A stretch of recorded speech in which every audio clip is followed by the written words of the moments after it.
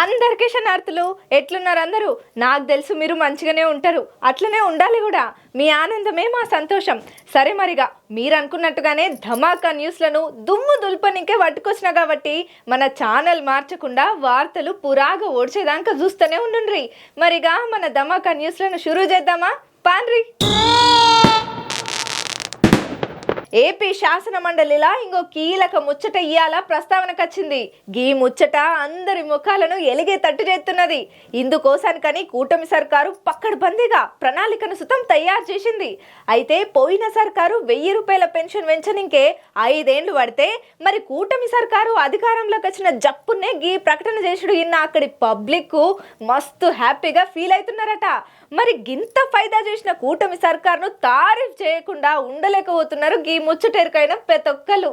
AP శాసన మండలిలో ఇంకో కీలక ముచ్చట నేడు ప్రస్తావనకు వచ్చిందయ్యా. పెన్షనర్ల తగ్గింపు 50 ఏళ్లకే పెన్షన్ హామీ మీద వైసీపీ సభ్యులు కూటమి ప్రభుత్వానికి ప్రశ్నలనైతే సంధాన చేసిండ్రు. ఇక ఈ ముచ్చట్లల్లో వాళ్ళ ప్రశ్నల మీద మంత్రి కొండపల్లి శ్రీనివాసరావు సార్ రియాక్ట్ అవ్వకుండా బీసీ ఎస్సీ ఎస్టీ మైనార్టీలకు 50 ఏళ్లకే 4000 చొప్పున పెన్షన్ ఇచ్చేందుకు ప్రణాళిక రూపొందిస్తున్నామని చెప్పుకుంటూ వచ్చిండు. గత ప్రభుత్వం 1000 రూపాయల పెన్షన్ పెంచనీకి 5 ఏళ్ల టైం తీసుకుంటే మా కూటమి సర్కార్ అధికారంలో వచ్చిన తర్వాత వెంటనే 1000 రూపాయలు పెంచినాం అని ఒక్కసారి మీరు ఎరకబట్టుకున్నారు అని చెప్పి కూడా అన్నాడు. ఇక అయితే పత్తుతో అనర్హుల పెన్షన్లను కూడా దొరికిస్తున్నామని కూడా క్లియర్ కట్ గా క్లారిటీ ఇచ్చుకుంటూ వచ్చిండు. పత్తుతానికైతే 60 ఏళ్ల వయసు ఆ మీద దాటినటువంటి సామాజిక పెన్షన్లు అందరికైతే అందుతున్నాయి. అయితే 50 ఏళ్లు దాటిన ఎస్సీ ఎస్టీ బీసీ మైనార్టీలకు 4000 పెన్షన్లు ఇస్తున్నామని చెప్పి నాడు ఎన్నికల టైంలలో చంద్రబాబు హామీ ఇచ్చిండని చెప్పి అందుకోసానికని చెప్పి అర్హులైన నిరుపేదలందరికీ సామాజిక భద్రతా పింఛన్లను అందేటట్టు చూసేందుకే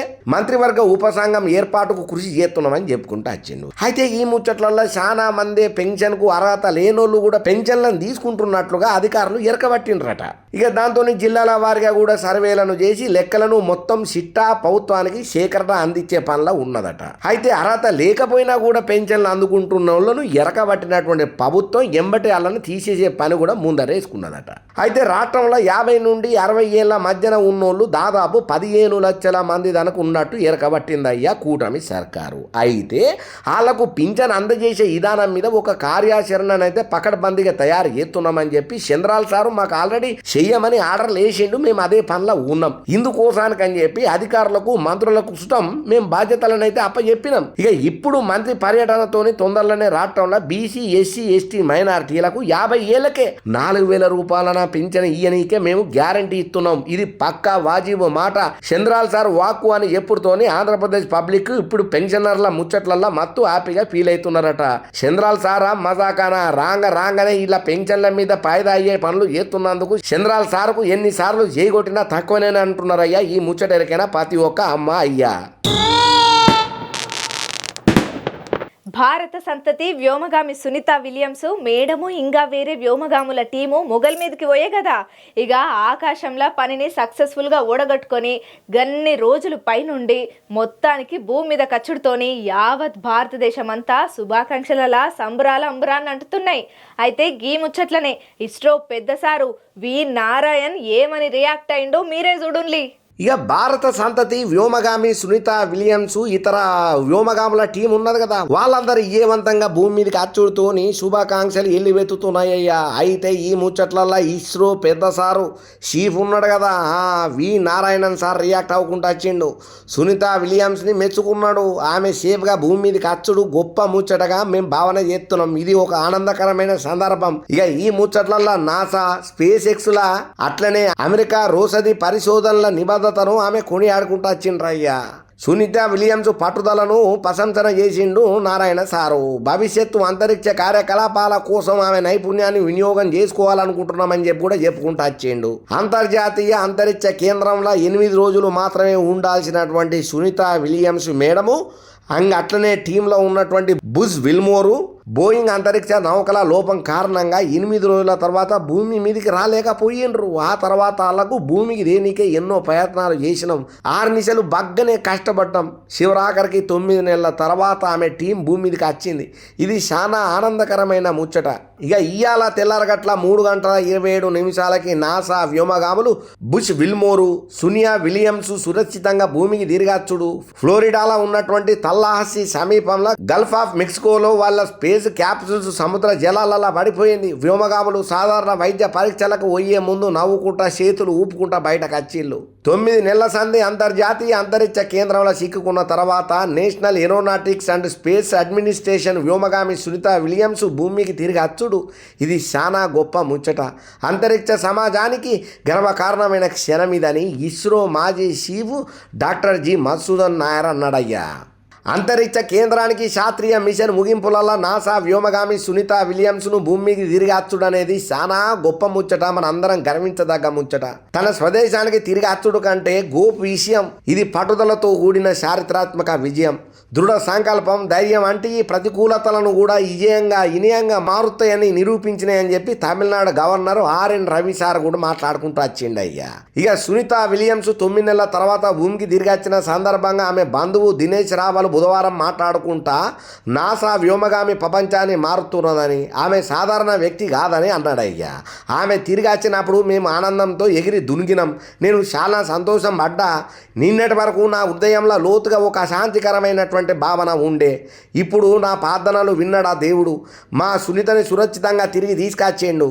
సునీత సాధారణ వ్యక్తి కాదు, ఆమె ప్రపంచాన్ని మారుతుంది అని దినేష్ రావల్ ఏఎన్ఐకి అని మీడియాతో మాట్లాడినటువంటి దినేష్ రావల్ సార్ చెప్పుకుంటూ వచ్చిండు సునీత మేడం కోసానికని. ఇక ప్రస్తుతం సునీత విలియంతో పాటు మిగతా 3 వ్యోమగాముల్ని హ్యూస్టన్లో ఉన్నటువంటి జాక్సన్ స్పేస్ సెంటర్కి అయితే పంపించారు అయ్యా. వాళ్ళకి అక్కడ వైద్య పరీక్షలను చేసి భూమి వాతావరణం గ్రావిటీని అలవాటు చేస్తారన్నట్టు. అందుకు కొన్ని రోజులు పడుతుంది టైము. ఇంకా అట్లనే సునీత విలియమ్స్ 9 నెలల అంతరిక్షంలో ఉండు వల్ల ఆమె కాలి పాదాలు మెత్తగా అయిపోయినాయట. ఇక అందువల్ల ఆమె ప్రస్తుతానికైతే నడవలేకపోతున్నదట. ఆమె పాదాలు తిరిగి మళ్ళీ మామూలుగా మన లెక్క అయ్యేతంతకైతే దగ్గర 45 రోజుల టైం పడుతుందట. ఇది భూమి మీద ఇప్పుడు ఆమెకు మళ్ళొక సాహసం అనేది చెప్పవచ్చు అని చెప్పి చాలా మంది అని అన్నారు.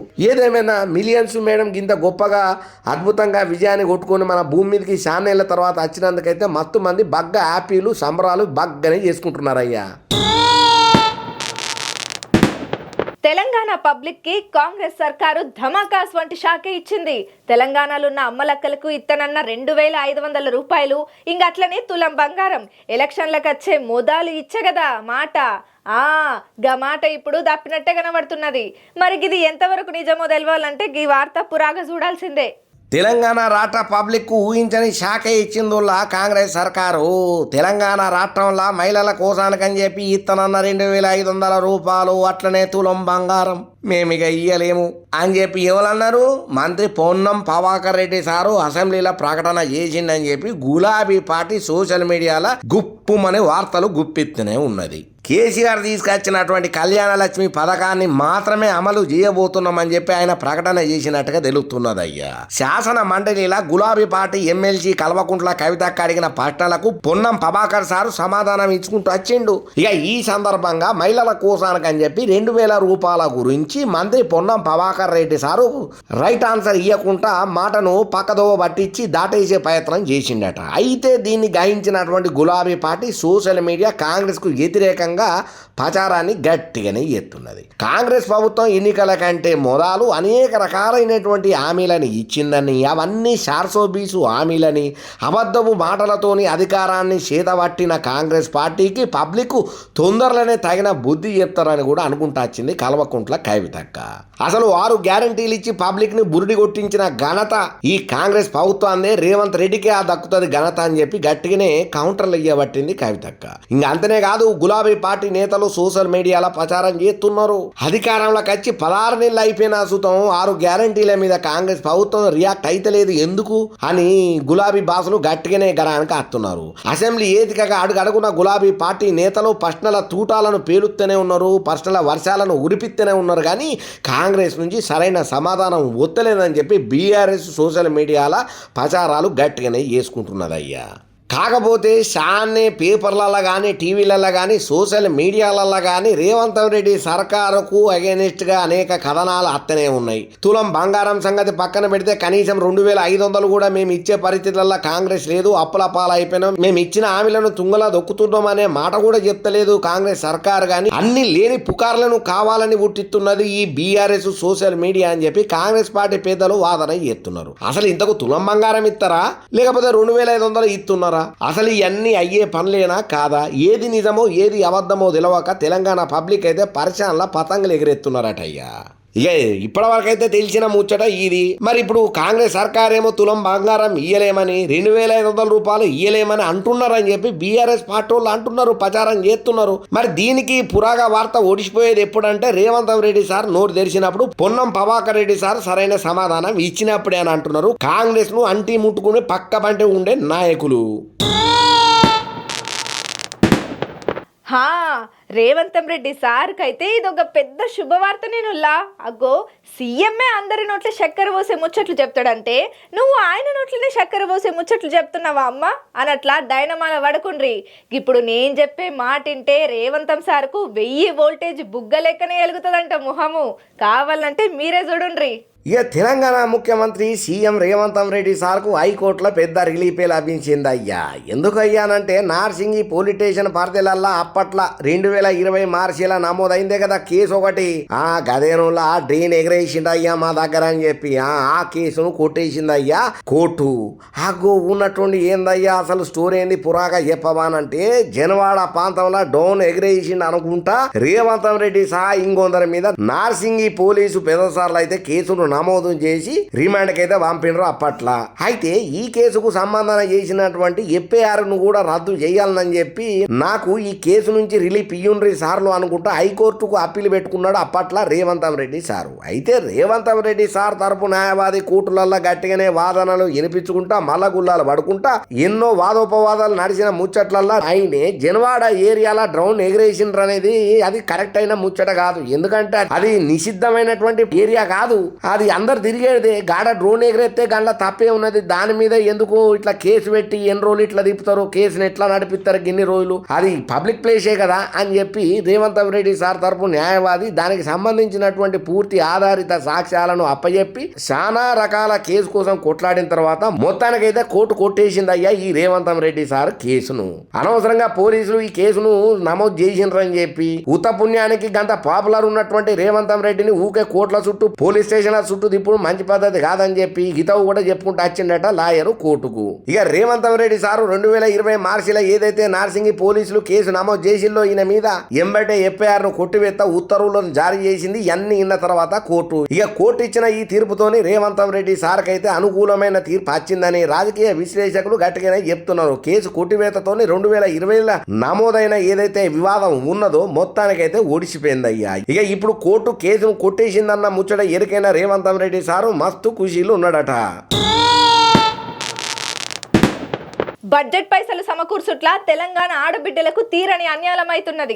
అట్లనే పీఆర్సీకి సంబంధించిన ఎటువంటి ప్రకటననే లేదని, అసలు ఈ రేవంత్ సర్కార్ ఇచ్చిన హామీలు అన్ని బుస్సని గట్టిగానే గరమైండు కేటీఆర్ సారు.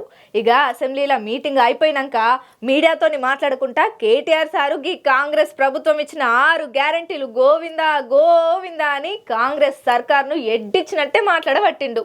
మరి ఇంకా BRS working president KTR sir ఏమన్నాడు నేను చెప్పను, మీరే చూడండి. తెలంగాణలో ఎన్నికల్లో ఇచ్చిన హామీలను కాంగ్రెస్ ప్రభుత్వం విస్మరణ చేసిందని చెప్పి ఆరోపణలు చేసిండయ్యా BRS working president KT Ramarao sir. Budget కేటాయింపులలో తెలంగాణలో ఉన్నటువంటి ఆడి బిడ్డలకు తీరని అన్నాలను జరుగుతున్నది. అట్టనే పీఆర్సీకి సంబంధించి ఎటువంటి ప్రకటన చేయలేదని చెప్పి జనంతా గట్టిగానే కామెంట్ చేయబట్టిండు కేటీఆర్ సారు. తెలంగాణలో కాంగ్రెస్ ప్రభుత్వం బడ్జెట్ కేటాయింపుల మీద కేటీఆర్ సార్ రియాక్ట్ అయ్యిండు.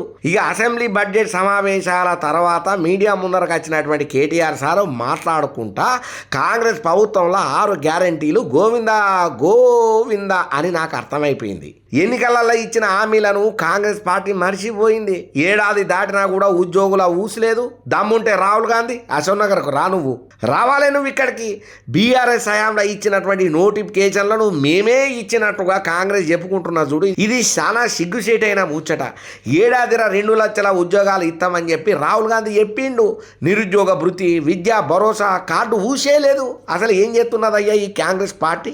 అబద్ధాలతోనే కాలం ఎల్లదీస్తున్నది అని జనంతా కారెడ్డాలు ఆడుకుంటా గట్టిగానే గరానికి వచ్చిండు కేటీ రామారావు సారు.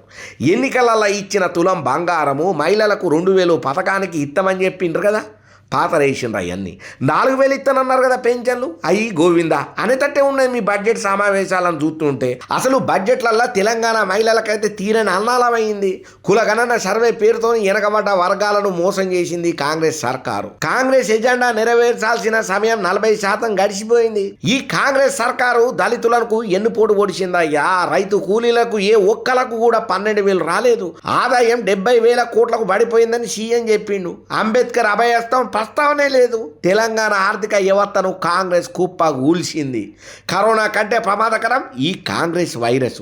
మేము సంవత్సరానికి 40,000 కోట్లు అప్పు చేస్తే గగ్గోలు పెట్టిన ఈ కాంగ్రెస్ వాళ్ళు ఒక్క సంవత్సరంలోనే 1,60,000 కోట్లు అప్పు చేసిందయ్యా. సిగ్గు మాలిన పని గింతకన్నా ఏమన్నా ఉన్నదని చెప్పి కారాలు మిరియాలు నూరబట్టిండయ్యా కేటీ రామారావు సారు మీడియం ముందర. తొండ ముదిరితే ఊసర వెళ్ళి అవుతుందని అంటారు. ఊసరెళ్ళి ముదిరితే రేవంత్ రెడ్డి అవుతాడయ్యా. ప్రభుత్వం అందమే చక్కగా లేదు. అందాల పోటీలు పెట్టేందుకు సిద్ధమవుతున్నది ఈ ప్రభుత్వం. రంకెలు కాదు రేవంత్ రెడ్డి, అంకెలు ఏడపోయినాయ్యా. ఆకాశం నుంచి పాతాళానికి బడ్జెట్ పడిపోతున్నది. పరిపాలన చేతగాని ప్రభుత్వం ఏదైనా ఉన్నదానంటే ఈ కాంగ్రెస్ ప్రభుత్వమే. బీఆర్ఎస్ హయాంలో చేనేతకు 1,200 కోట్ల రూపాయలు ఇచ్చిన ఘనత బీఆర్ఎస్ ప్రభుత్వం అంది. ఇప్పుడు చేనేత కార్మికులకు 300 కోట్లు కేటాయించుకుంటా పరిమితం చేస్తున్నారు. అయ్యో, ఆటో కార్మికుల గురించి ప్రస్తావన ఏమైనా మాట్లాడుతున్నారా అన్నయ్య? యాదవ సోదరుల సంగతి ఏంటిది? వాళ్ళ ప్రస్తావన కూడా బడ్జెట్లో యాడా లేదు. వైన్స్ షాప్లో 25% రిజర్వేషన్ గౌడన్నలకు ఇస్తామని చెప్పి ఆమె ఇచ్చిండ్రు కదా, అన్నది మాట మీరే కదా. దాని ప్రస్తావన ఏమన్నా ఎత్తుతున్నారా అనయ్య? గురుకుల పాఠశాలల్లో పబ్లిక్ చనిపోతే పట్టించుకునే దిక్కు దివాన లేదు. హైదరాబాదు మహానగరం పెండింగ్ నగరంగా మారిపోయిందయ్యా. పేద ప్రజల కష్టాలు తీసే బడ్జెటే కాదు ఇది. ఢిల్లీకి మూటలు పంపే బడ్జెట్ అనుకుంటా కారెడ్డాలు ఆడుకుంటా కామెంట్లు గట్టిగానే గరం అవ్వకుండా పెట్టబట్టిండు కేటీ రామారావు సారు. ఇక ఇట్లా మైకు ముందర దబా దబా దబా దబా కాంగ్రెస్ సర్కారును కడిగి పారెత్తుంటే అక్కడ ఉన్నోళ్ళందరూ నోరెళ్ళబెట్టి పరిశాల పతంగులు ఎగరేయబట్టిండ్రట. తెలంగాణ మొత్తంలో పెద్ద హ్యాపీ మ్యాన్ లీడర్ ఎవరన్నా ఉన్నారా అంటే ఎవ్వరైనా టక్కున చెప్తారు గ్రేట్ మల్లారెడ్డి సార్ అని. ఎందుకంటే సోషల్ మీడియాను ఎట్లా వాడుకోవాలనో, ఎట్లా పాపులర్ కావాలనో మల్లారెడ్డి సార్కు ఎరకైనట్టు ఎవ్వలకు ఎరకలేదన్నది పక్కా వాజిబు మాట. మరి ఉన్నట్టుండి మళ్ళా ఇప్పుడెందుకు చెప్తున్నావమ్మా అని అంటారా? అయినా సరైన ఆర్తలేంది, నేను ఏ ముచ్చట చెప్పనన్నది మీకు ఎరికే. అందుకే మీకోసానికని ధమాకాసు వంటి ఆర్తనైతే తెచ్చిన, మీరే చూడండి. ఇక మాజీ మంత్రి మేడ్చల్ ఎమ్మెల్యే మల్లారెడ్డి సారు మళ్ళా దూకుడును పెంచిండులా. ఎప్పుడు వార్తలల్లా ఏదో ఒక ముచ్చట్లల్లా పాలమ్మినా పూలమ్మినా అనుకుంటా సోషల్ మీడియాను షేక్ చేసిన మల్లారెడ్డి సారు షానొద్దుల తర్వాత మళ్ళా వార్తలల్లా కనబడ్డాడు.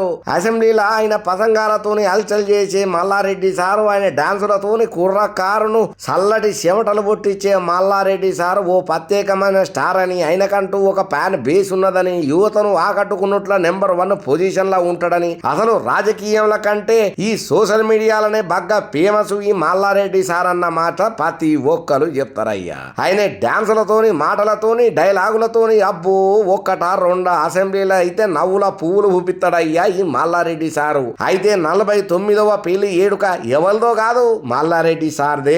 ఇక ఈ 49వ పెళ్లి ఏడుకను సతీ సమేతంగా అద్భుతంగా డాన్సులు ధూమ్ధామ్ చెప్పులతోని ఇరగదీసిండయ్యా మల్లారెడ్డి సారు. అయితే మల్లారెడ్డి సారు ఈ పండుగను జరుపుకుంటున్న ఎలా ఒక పెద్దమ్మ చేసిన డాన్స్ కి అయితే మల్లారెడ్డి సారు మస్తు ఫిదా అయిపోయింది అయ్యా. ఇక ఇప్పుడు మల్లారెడ్డి సారు 49వ పెళ్లి వేడుక ఏదైతే ఉన్నదో సోషల్ మీడియాను షేకే చేస్తున్నదయ్యా. ఏదేమైనా మల్లారెడ్డి అంటేనే ఎంటర్టైన్మెంట్ అంటేనే మల్లారెడ్డి అని మస్తు మంది తారీఫ్ చేస్తున్నారు ఇప్పుడు ఈ వీడియోను చూసిన ప్రతి ఒక్కరు. అబ్బా, చూసిండ్రు కదా మన ధమాకా న్యూస్లను ఎట్లున్నాయి? మస్తున్నాయిలే అన్నట్టు మన ధమాకా దుమ్ము దులుపుడే న్యూస్లు మీకు నచ్చినాయి కదా? అయితే ఈ వీడియోని సుతం లైక్ చేయండి, షేర్ చేయండి, ఒక మంచి కామెంట్ సుతం పెట్టుండ్లి. అట్లనే మన మెగా9 ఛానల్ని సబ్స్క్రైబ్ చేసుకున్నాడు మాత్రం అసలుకే మరవకుండ్రి, సరేనా? మళ్ళా ఇంకిన్ని ధమాకా దుమ్ము దులిపే న్యూస్లతోని మళ్ళా కలుస్తా. ఉంటా మరి.